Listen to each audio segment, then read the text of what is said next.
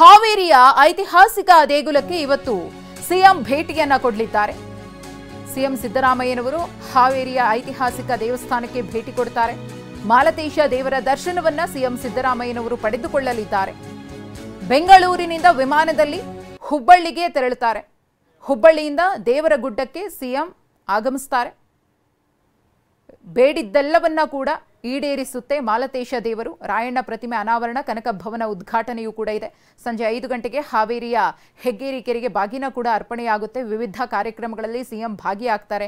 ಈಗಾಗಲೇ ಒಂದಷ್ಟು ಸಂಕಷ್ಟ ಸಿಎಂ ಅವರಿಗೆ ಸುತ್ತಕೊಂಡಿದೆ. ಆ ಎಲ್ಲ ಸಂಕಷ್ಟಗಳಿಂದ ಹೊರಬರಬೇಕು ಅಂತ ಹೇಳಿ ದೇವರಲ್ಲಿ ಪ್ರಾರ್ಥನೆಯನ್ನ ಮಾಡಲಿದ್ದಾರೆ.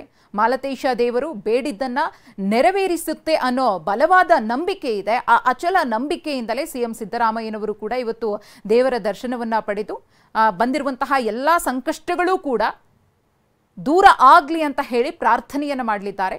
ಇನ್ನು ಇವತ್ತು ನಿಗದಿಯಾಗಿರುವಂತೆ ಅನೇಕ ಕಾರ್ಯಕ್ರಮಗಳಲ್ಲಿ ಸಿಎಂ ಸಿದ್ದರಾಮಯ್ಯನವರು ಭಾಗಿಯಾಗ್ತಾರೆ. ಎಲ್ಲಾ ಕಾರ್ಯಕ್ರಮಗಳನ್ನು ಮುಗಿಸಿಕೊಂಡು ನಂತರದಲ್ಲಿ ಅವರು ಬೆಂಗಳೂರಿಗೆ ವಾಪಸ್ ಕೂಡ ಆಗಲಿದ್ದಾರೆ. ಮುಡಾ ಹಗರಣಕ್ಕೆ ಸಂಬಂಧಪಟ್ಟಂತೆ ಈಗಾಗಲೇ ಪ್ರಾಸಿಕ್ಯೂಷನ್ಗೆ ಅನುಮತಿ ರಾಜ್ಯಪಾಲರು ಕೊಟ್ಟಿದ್ದಾಗಿದೆ. ಹೈಕೋರ್ಟ್ನಲ್ಲಿ ವಿಚಾರಣೆ ಕೂಡ ನಡೀತಾ ಇದೆ. ನಾಳೆ ಭವಿಷ್ಯ ನಿರ್ಧಾರವಾಗುವ ಸಾಧ್ಯತೆಯೂ ಕೂಡ ಇದೆ. ಇವತ್ತಿನ ಸಿದ್ದರಾಮಯ್ಯ ಸಾಹೇಬರು ಮೂಡಾ ಹಗರಣದಲ್ಲಿ ಇಲ್ಲ ಸಲ್ಲದ ಆರೋಪಗಳಿಗೆ ಬಲಿಯಾಗಿ ತಮ್ಮ ಪದಚ್ಯುತಿಯನ್ನು ಕಳ್ಕೊಳ್ಳೋ ಪರಿಸ್ಥಿತಿ ನಮ್ಮಲ್ಲಿ ಮಾಧ್ಯಮಗಳ ಮೂಲಕ ಗೊತ್ತಾಗಿದೆ. ಅದು ಆಗಬಾರ್ದು. ಸಿದ್ದರಾಮಯ್ಯ ಕಳಂಕರಹಿತ ಮುಖ್ಯಮಂತ್ರಿ ಅನ್ನೋದನ್ನು ನಾವು ಸಾಬೀತುಪಡಿಸೋಕೆ ಈ ದೇವರ ಅನುಗ್ರಹ ಮೂಲಕ ದೇವರು ಅವರ ಮಾಲತೇಶ ದೇವಸ್ಥಾನ ಒಂದು ಜಾಗೃತ ದೇವಸ್ಥಾನ, ತಮಗೆಲ್ಲ ತಿಳಿದಂಥ ದೇವಸ್ಥಾನ. ಅಲ್ಲಿ ರುದ್ರಾಭಿಷೇಕ ಹೋಮವನ್ನು ಇವತ್ತು ಮಾಲತೇಶ ದೇವಸ್ಥಾನಕ್ಕೆ ನಾವು ರುದ್ರಾಭಿಷೇಕ ಹೋಮವನ್ನು ಮಾಡಿದ್ದೀವಿ. ಆ ರುದ್ರಾಭಿಷೇಕ ಹೋಮ ಅಂತಂದ್ರೆ ಯಾವ ಮನುಷ್ಯನಿಗೆ ಕಂಟಕಗಳು ಬರ್ತಾವೋ ಆ ಕಂಟಕಗಳು ನಿವಾರಣೆ ಆಗಲಿ ಅಂಥೇಳಿ ರುದ್ರಾಭಿಷೇಕ ಹೋಮವನ್ನು ಮಾಡಿಸ್ತಾರೆ.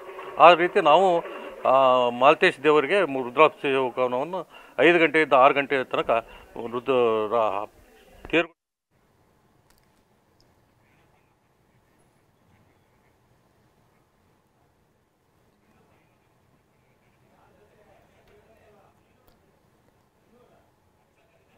ಇನ್ನು ನಮ್ಮ ಪ್ರತಿನಿಧಿ ಅಣ್ಣಪ್ಪ ಅರ್ಚಕರ ಜೊತೆಗೆ ನಡೆಸಿರುವಂತಹ ಮಾತುಕತೆ ಇಲ್ಲಿದೆ.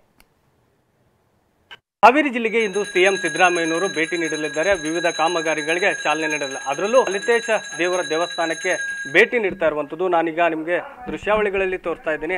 ಐತಿಹಾಸಿಕ ದೇವಸ್ಥಾನ ಹಾವೇರಿ ಜಿಲ್ಲೆಯಲ್ಲಿರುವಂಥ ರಾಣೆಬೆನ್ನೂರು ತಾಲೂಕಿನ ದೇವರಗುಡ್ಡ ಗ್ರಾಮದಲ್ಲಿರುವಂಥ ಮಾಲತೇಶ ದೇವಸ್ಥಾನ ಐತಿಹಾಸಿಕ ಹಿನ್ನೆಲೆ ಉಳ್ಳಂಥದ್ದು. ಇದಕ್ಕೆ ರಾಜ್ಯದ ಮೂಲೆ ಮೂಲೆಯಿಂದ ಭಕ್ತರು ಬರ್ತಾ ಇರುವಂಥದ್ದು. ಅದರಲ್ಲೂ ಕುರುಬ ಸಮಾಜದವರು ಹೆಚ್ಚಿಗೆ ಈ ದೇವರನ್ನ ನಂಬ್ತಾ ಇರುವಂಥದ್ದು. ತಮ್ಮ ಕುರಿಗಳಿಗೆ ಯಾವುದೇ ರೀತಿಯಾದಂಥ ವಿಘ್ನಗಳು ಬರಬಾರ್ದು, ತೊಂದರೆ ಬರಬಾರ್ದು ಅಂತೇಳಿ ಪೂಜೆ ಮಾಡ್ತಾರೆ. ಈ ದೇವರ ವಿಶೇಷಪ್ಪ ಏನಂತಂದ್ರೆ ಏನೇ ಬೇಡಿಕೊಂಡ್ರು ಆ ಭಕ್ತರಿಗೆ ಒಳ್ಳೇದಾಗುತ್ತೆ ಅನ್ನುವಂಥ ನಂಬಿಕೆ ಇರುವಂಥದ್ದು. ಹೀಗಾಗಿ ರಾಜ್ಯದ ಮೂಲೆ ಮೂಲೆಗಳಿಂದ ಭಕ್ತರು ಬರುವಂಥದ್ದು. ಇದರಲ್ಲಿ ಇವತ್ತು ಪ್ರಮುಖವಾಗಿ ಸಿಎಂ ಸಿದ್ದರಾಮಯ್ಯನವರು ಭೇಟಿ ನೀಡುತ್ತಿರುವಂತಹ ಹಿನ್ನೆಲೆಯಲ್ಲಿ ಇಲ್ಲಿರುವಂಥ ಅವರ ಸಿದ್ದರಾಮಯ್ಯನವರ ಅಭಿಮಾನಿಗಳು ಮತ್ತು ಕುರುಬ ಸಮುದಾಯದವರು ಅವರಿಗೆ ಯಾವುದೇ ರೀತಿಯಾದಂಥ ಸಂಕಷ್ಟ ಬರಬಾರದು ಅಂತ ಹೇಳಿ ಏನೆಲ್ಲ ಪೂಜೆ ಸಲ್ಲಿಸಿದ್ರು. ಮಲ್ಲಹಾರಿಂ ಜಗದಾನಾಥಂ ತ್ರಿಪರಾರಿಂ ಜಗದ್ಗುರಂ ಮಣಿಘ್ನಂ ಮಾಲಸಾಕಾಂತ ಮುಂದೇಶ್ವ ಕುಲದೈವತಂ ಶ್ರೀ ಮಲ್ಹಾರಾರ್ಪಣಮಸ್ತೋ. ಇಂದು ಬೆಳಗ್ಗೆ ಸನ್ಮಾನ್ಯ ಮುಖ್ಯಮಂತ್ರಿಗಳಾಗಿರ್ತಕ್ಕಂಥ ಸಿದ್ದರಾಮಯ್ಯನವರು ಇನ್ನೇನು ಕೆಲವೇ ಕ್ಷಣಗಳಲ್ಲಿ ದೇವರಗುಡ್ಡಕ್ಕೆ ಆಗಮಿಸಲಿದ್ದಾರೆ.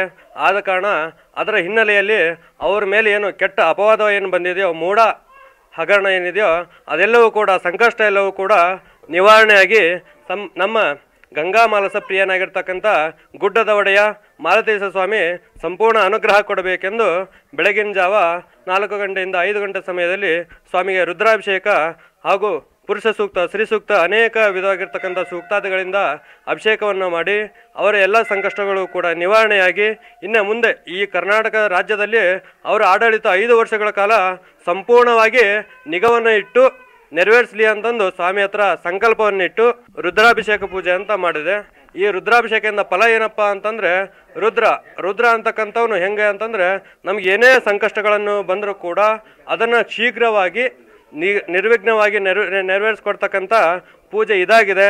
ನಮ್ಮ ಆಶೆ ಏನಂತಂದ್ರೆ ಇವತ್ತೇನು ಸುಮಾರು 40 ವರ್ಷಗಳ ಕಾಲ ಭ್ರಷ್ಟಾಚಾರ ರಹಿತವಾಗಿ, ಜಾತ್ಯತೀತವಾಗಿ ಇವತ್ತು ಅಧಿಕಾರವನ್ನು ನಡೆಸಿಕೊಂಡು ಬಂದಿರತಕ್ಕಂಥ ಮಾನ್ಯ ಸಿದ್ದರಾಮಯ್ಯನವ್ರ ಬಗ್ಗೆ ಇವತ್ತೇನು ಅನಾವಶ್ಯಕವಾಗಿ ಯಾವುದೇ ರೀತಿಯಾದಂಥ ಒಂದು ಲಿಖಿತವಾದಂಥ ದಾಖಲೆ ಇಲ್ಲದೆ ಅವ್ರ ಮೇಲೆ ಇವರು ಏನು ಅನ್ಯ ಪಕ್ಷದವರು ಏನಪ್ಪ ಅಂದ್ರೆ ಅಪಾದನೆಯನ್ನು ಮಾಡ್ತಾ ಇದ್ದಾರಲ್ಲ, ಆ ಅಪಾದನೆಗಳೆಲ್ಲ ಸುಳ್ಳು.